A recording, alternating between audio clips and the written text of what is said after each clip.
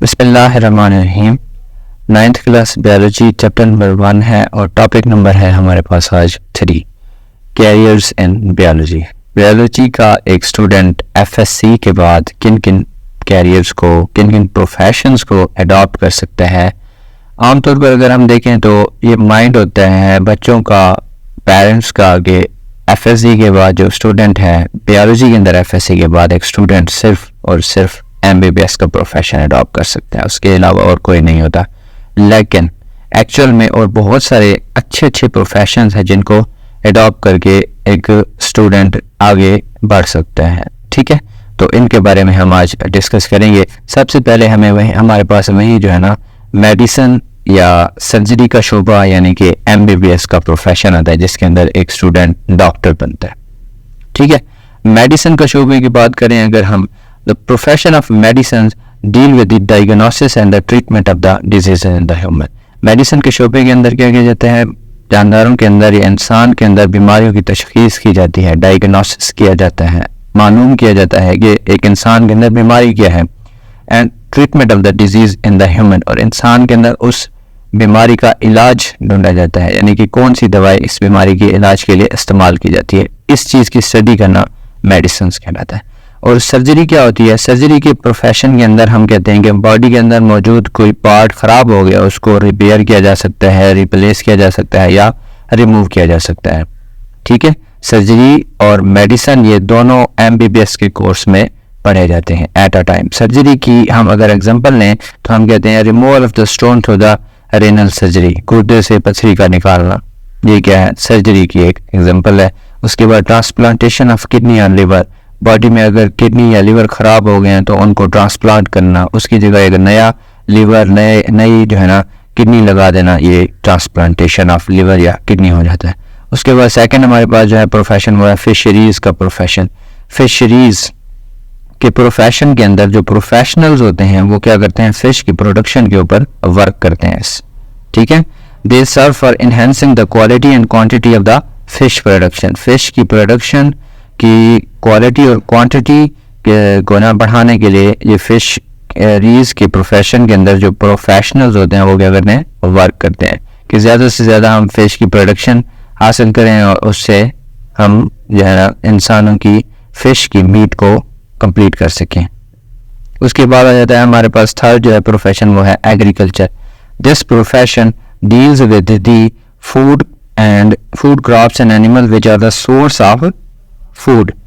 Agriculture کے profession کے اندر جو ہوتا ہے پروفیشنل وہ کیا کرتا ہے, خوراک کے ذرائع ہوتے ہیں جو کراپس, جو فصلیں جن سے ہم خوراک حاصل کرتے ہیں وہ, اور وہ اینیمل جو ہمارے لیے سورس آف فوڈ ہیں جو خوراک کا ذریعہ ہیں, ان کے بارے میں ایک ایگریکلچرسٹ جو ہوتا ہے وہ کیا کرتا ہے, ورک کرتا ہے. And agriculturist work for the betterment of the crops like rice, corn. ایک ایگریکلچرسٹ بہتری کے لیے کام کرتا ہے, کس کی بہتری کے لیے, وہ فصلیں, وہ ییلڈز جن سے ہم خوراک حاصل کرتے ہیں, رائس ہو گیا, ویٹ ہو گیا, کارن ہو گیا, ان سے ہم کیا کرتے ہیں خوراک حاصل کرتے ہیں. اور اینیملز جن سے ہم گوشت حاصل کرتے ہیں, دودھ حاصل کرتے ہیں. ٹھیک ہے, تو وہ ہو گئے بفیلو, کو ایٹسیٹرا. ان کے اوپر کیا کرتا ہے ایک ایگریکلچرسٹ ورک کرتا ہے ان کی بیٹرمنٹ کے لیے, ان کی بہتری کے لیے, تاکہ زیادہ سے زیادہ ہمارے پاس کیا ہو جو ہے نا خوراک کے ذرائع ہوں, زیادہ سے زیادہ ہمارے پاس گوشت ہو, دودھ ہو, گندم ہو, تاکہ انسان کی خوراک کی جو ضرورت ہے اس کو مکمل کیا جا سکے. اس کے بعد آ جاتا ہے ہمارے پاس فورتھ پروفیشن ہے animal husbandry. It is the branch of agriculture concern with the care and the breeding of the domestic animal like cattle and shape.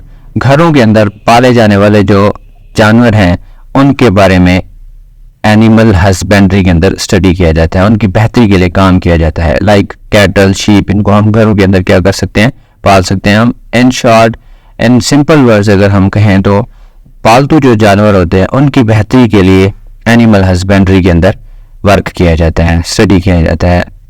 اس کے بعد آ جاتا ہے ہمارے پاس horticulture. It deals with the study of art of gardening. Horticulture کے اندر کیا کیا جاتا ہے, آرٹ آف گارڈننگ کے بارے میں اسٹڈی کی جاتی ہے کہ گارڈننگ کس طرح سے کی جائے. A horticulturist work for the betterment of the existing varieties and for the production of the new varieties of the ornamental plants and fruits.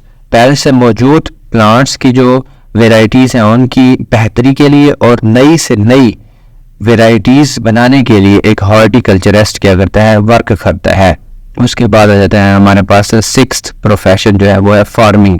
It deals with the development and the maintenance of the different types of the farms. Farming کے اندر ہم مختلف قسم کے forms کی maintenance اور development کے بارے میں کیا کرتے ہیں, اسٹڈی کرتے ہیں. مثال کے طور پر اگر ہم کہیں تو in different farms animal breeding techniques are use for the production of the animal which are the better protein and milk source. مختلف فارمز کے اندر اینیملز کی پروڈکشن ان سے بہتر زیادہ سے زیادہ پروٹین اور ملک حاصل کرنے کے لیے کی جاتی ہے. اور اس کے بعد ہمارے پاس آ جاتا ہے پولٹری فارم کی. اگر ہم بات کریں تو اس کے اندر کیا کیا جاتا ہے, chicken and eggs are produced. Poultry farm کے اندر ایسی مرغیاں اور ایسے انڈے بنائے جاتے ہیں جن سے زیادہ خوراک حاصل کی جا سکے. Similarly in the fruit farm different fruit yielding plants are grown. Fruit farms کے اندر ڈفرینٹ فروٹس پیدا کرنے والے پودے کیا کیے جاتے ہیں, گرو کیے جاتے ہیں. اس کے بعد آ جاتے ہیں ہمارے پاس فورسٹری.